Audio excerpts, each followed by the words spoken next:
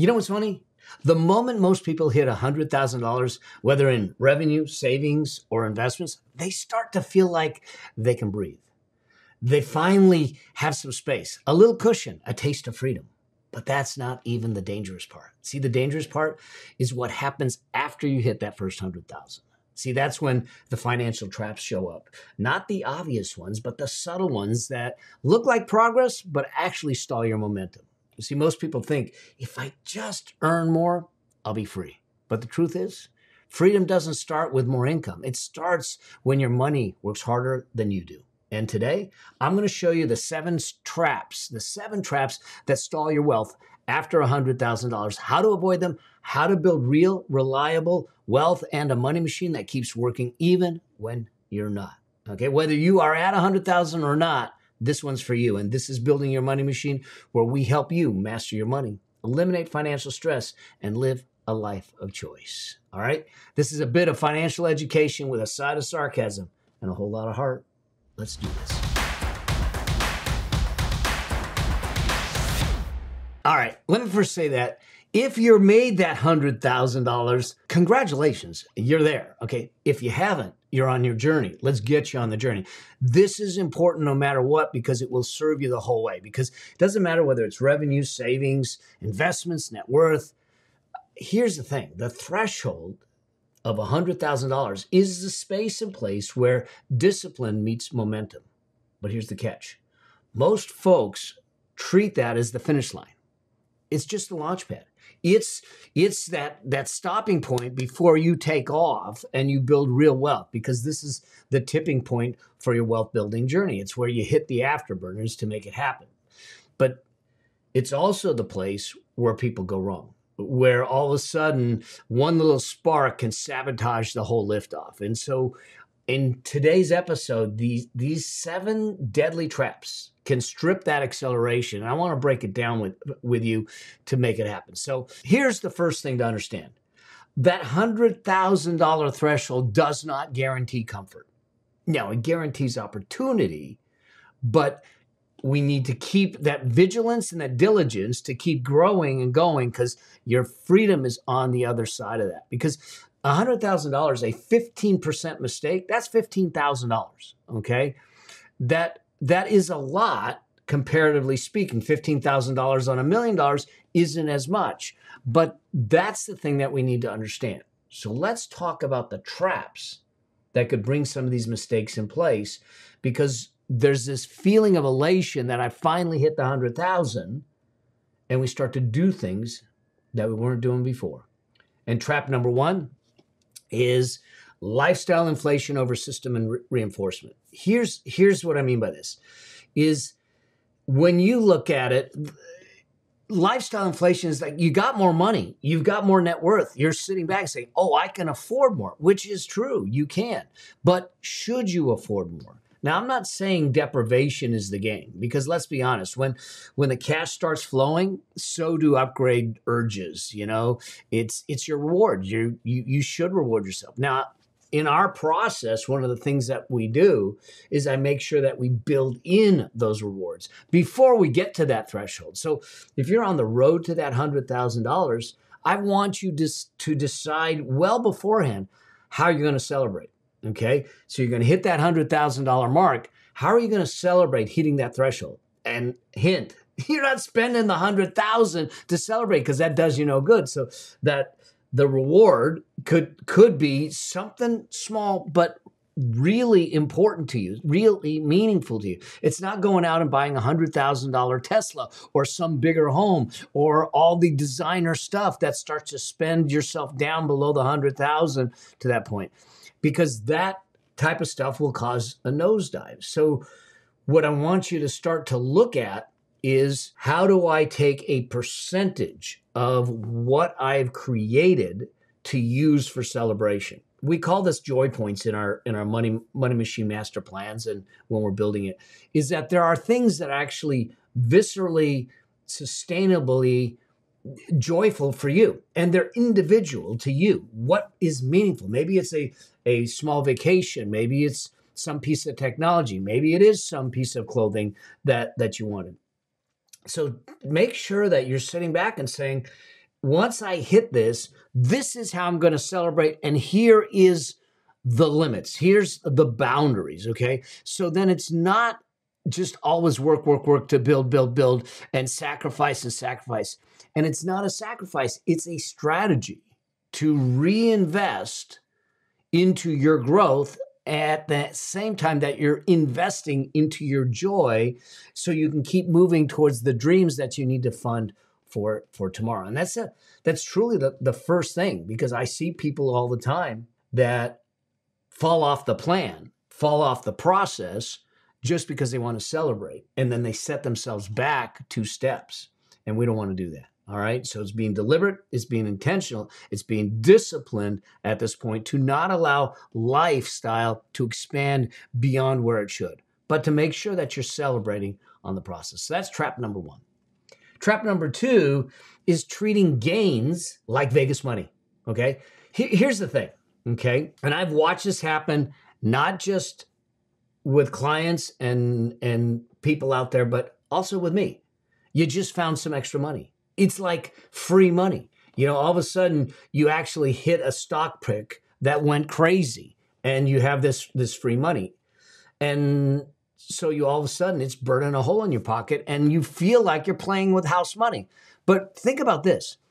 The whole purpose of trying to build a money machine and invest is for you to actually have that money grow. So have gains. And there's only 2 ways that you're going to continue to build wealth. There's going to be an increase in value in your investments, and or there's going to be an increase in cash flow in your investments.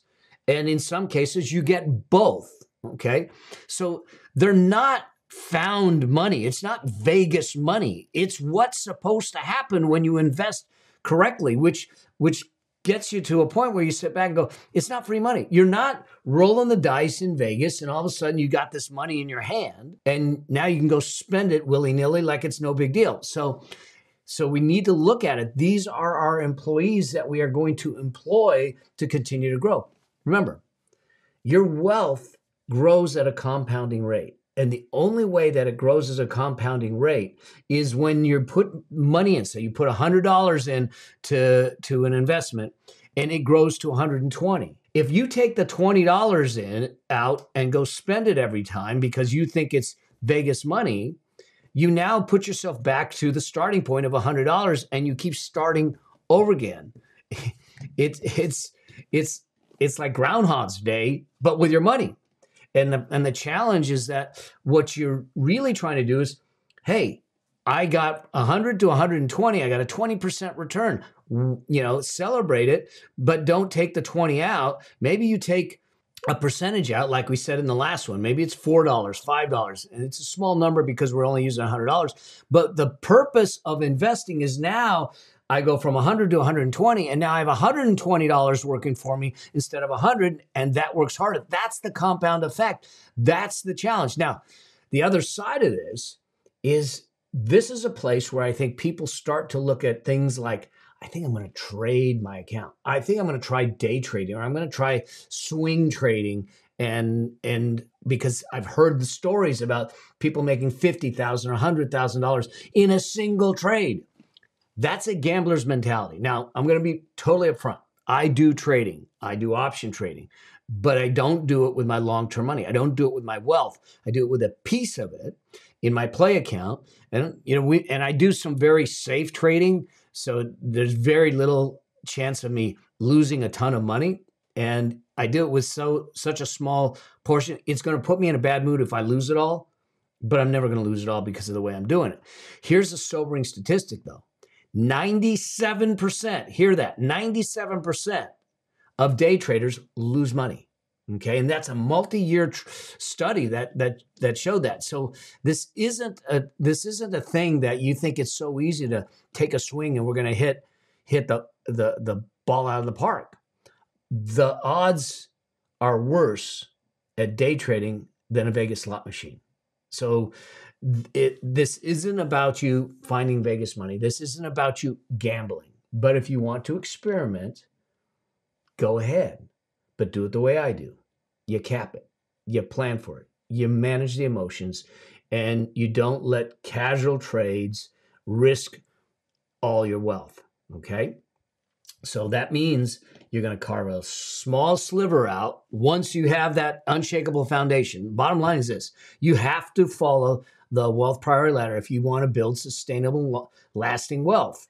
And so if you are sitting in debt, you have no liquidity, I'm going to be upfront with you, you have no business going and taking risky bets because you're just one little tip over to financial disaster. So if you're going to do anything like this, you're going to have your safety in place, your liquidity in place, you have your debt under control, and you have an unshakable foundation. Now you'll take a sliver, and I mean a sliver, that you might go and use to try and do this with, because it's just a sliver.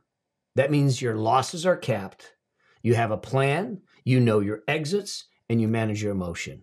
This is a dangerous place to be. And what's even more dangerous is if you win on the first time, because now all of a sudden you think you're infallible.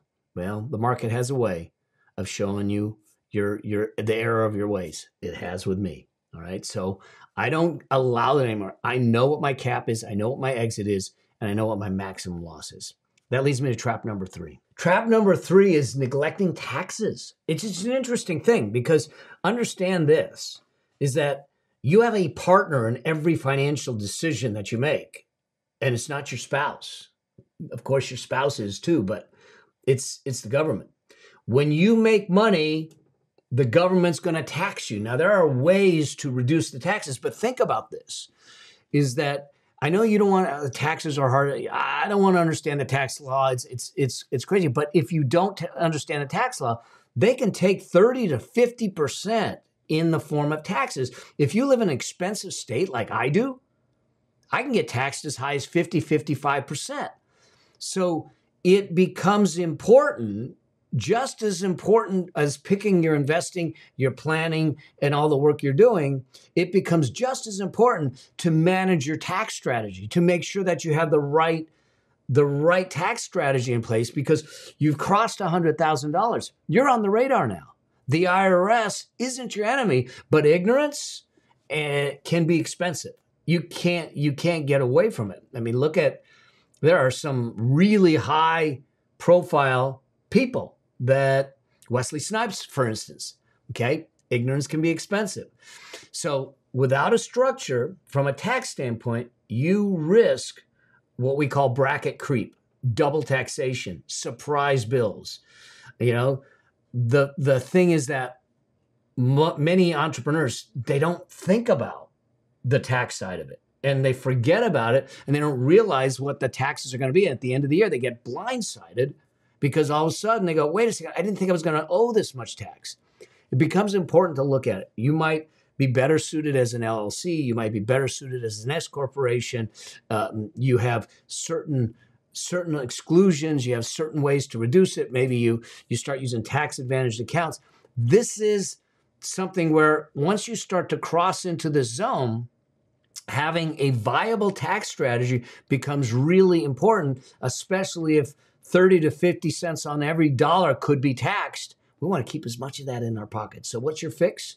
Look at your structure. Look at the way you're running your business. Look at the way you're running your life. Does it make sense to have an entity in place? You're going to want to have an advisor to help you do this, okay? Use tax advantaged accounts potentially to save on taxes. 401k, solo 401k, SEP IRAs, defined benefit or cash balance plans, okay? Be smart around taxes. It's not something you just do in April in the US. It's something you should look at in June to see where you are for the year and what you can do for the next 6 months.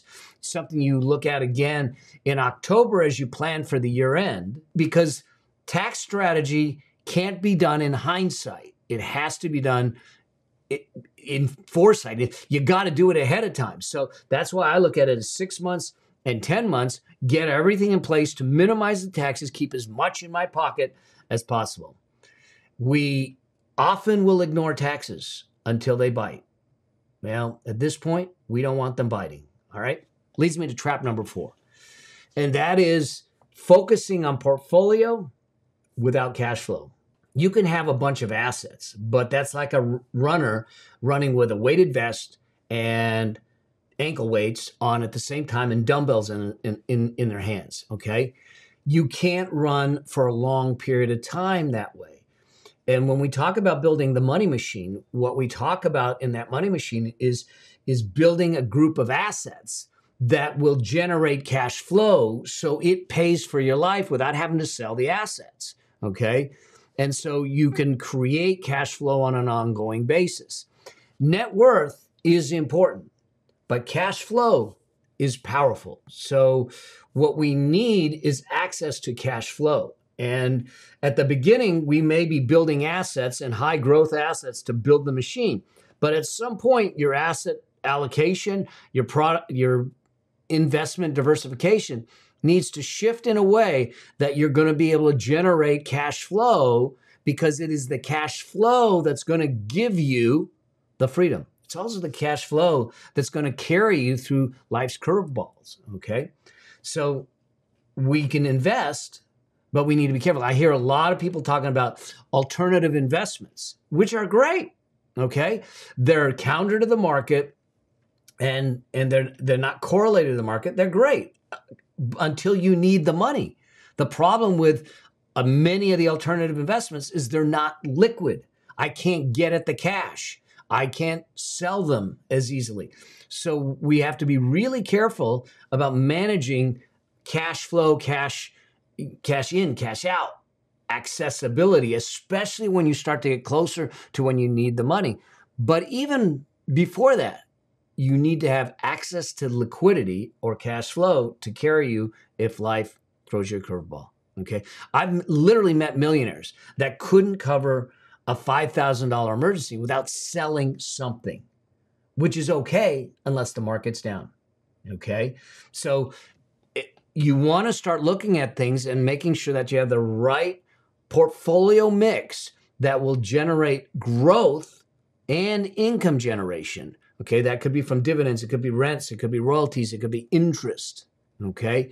And so it gives you some breathing room because you know you have the cash flow in place that makes it happen. And if you don't need the cash flow, that cash flow will be reinvested to continually grow the machine. That's what we've done, okay?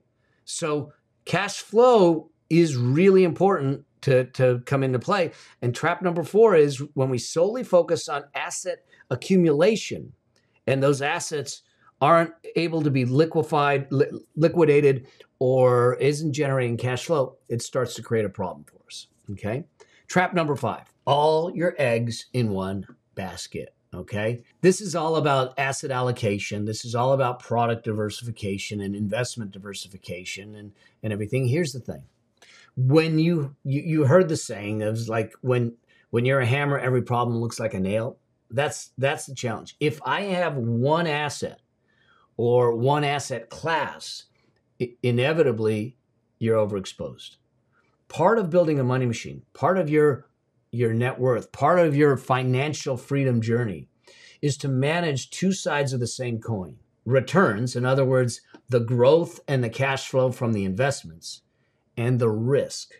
And that risk is the risk of loss, the risk of elimination, all of the exposures there. And so what we need to start to look at is when we end up taking on just a single asset class or a single asset, like a single stock, you take on a tremendous amount of risk. Now, maybe you can hit it out of the park and you get a big return, but that was way too risky. So what we're trying to do is get the maximum amount of return with the lowest amount of risk possible. And this is where asset investment diversification comes in, asset allocation comes in, all of that comes into place. If all you're doing is investing in one or two, like the Mag 7 or technology companies, those are volatile and they can drop and you go with it because you're invested in one single asset class. This is why we recommend at the very beginning, especially, to do a diversified portfolio of ETFs and index funds because you're investing in 500 across 500 companies or thousands of companies. And so you have inevitably diversification built in. And so there isn't a concentration of risk. In fact, when you go and look at these funds, you can look at what they hold. You can see what their biggest holdings are, and you can see the kinds of companies, the kinds of sectors that they're in. And so it's really important to look at that, because I had one client that came to me that had everything in a single real estate project, everything. And this was like their swan song. This was it. They were going to hit it out and then retire. The problem is they got hit with rising interest rates. They got hit with lower occupancy rates. They couldn't refinance. They didn't have the cash flow, and they had to sell at a loss. And the project wasn't completed when they had to sell, which made it even more problematic. So that kind of stuff we have to avoid because it can absolutely destroy us. So what's the fix? Diversify across income types: business, market, real estate, liquid assets. Think of wealth like a band, and each instrument plays differently, and together they create harmony. They create something. And so this is where I want you to start to look at this, okay? Then trap number 6. This is where I call static savings, okay? And I've watched this happen. When we tell people we want them to put away 20 to 25% of their income on a regular basis. And so what happens is that at the very beginning, they get to a 20% of their income. Let's say they're making $100,000 a year and they're putting $20,000 a year away. And then they go about their time, their income goes up to 100 to 200,000, and they're still putting away $20,000 a year. So what they haven't done is they haven't kept pace with their income. And so it destroys their wealth, because what's happening, watch what happens. I'm making $100,000, I'm putting $20,000 away. Okay. Now I'm making $200,000, I'm still putting $20,000 away. So instead of 20%, I'm now putting 10% away. But guess what? My lifestyle has gone up, which means that $20,000 I'm now putting away on $200,000 in income isn't going to build a big enough machine to support the lifestyle that I'm living at $200,000 of income. We have to keep our savings rate as a comparative percentage consistent with our income going up. Otherwise, we start to fall behind. Okay, so we have to be really careful with that. And that leads me to trap number 7, okay? And that is going solo. No team, no feedback, no coaching, no brainstorming. Here's the thing. Your trip, your journey to financial freedom is not meant to be isolated or siloed. There's no such thing as a self-made millionaire, okay? In my world, because I am built by the people around me. The people that coached me, the people that mentored me, the people that kicked me when I was down, the people that helped me when I was up, my customers, that's listen. There are far greater powers than me, and for me to sit back and go, I did it all myself. Now, yes, I did all the work for sure, but I would have never done the work if I didn't get the guidance, the support, and all that stuff. So going solo isn't kind of a hero's journey. This is something that what we need to do. This is a time where you sit back and say, I need some help.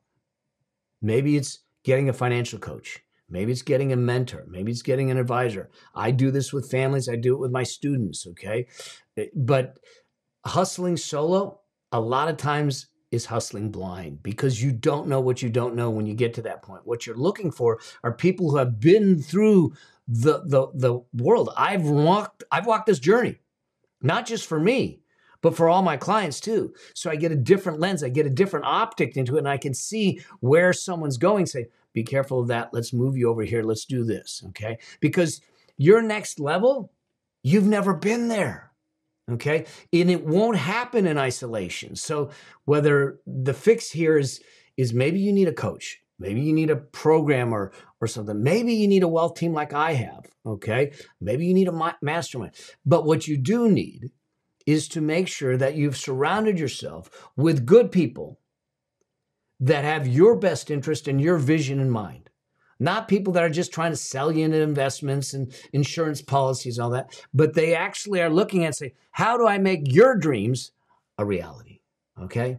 That's the game that you need to play. These are the 7 traps that I think once you cross that $100,000 threshold, if you're not careful, we can lose our footing and we can fall backwards. We need to be careful of that, okay? So here's the reset. How do you do it? I want you to track what matters. Margin, cash flow, okay? Not vanity stuff, okay? Not the nice cars and the big homes. Give yourself that space, okay? Number 2, I want you to automate your engine.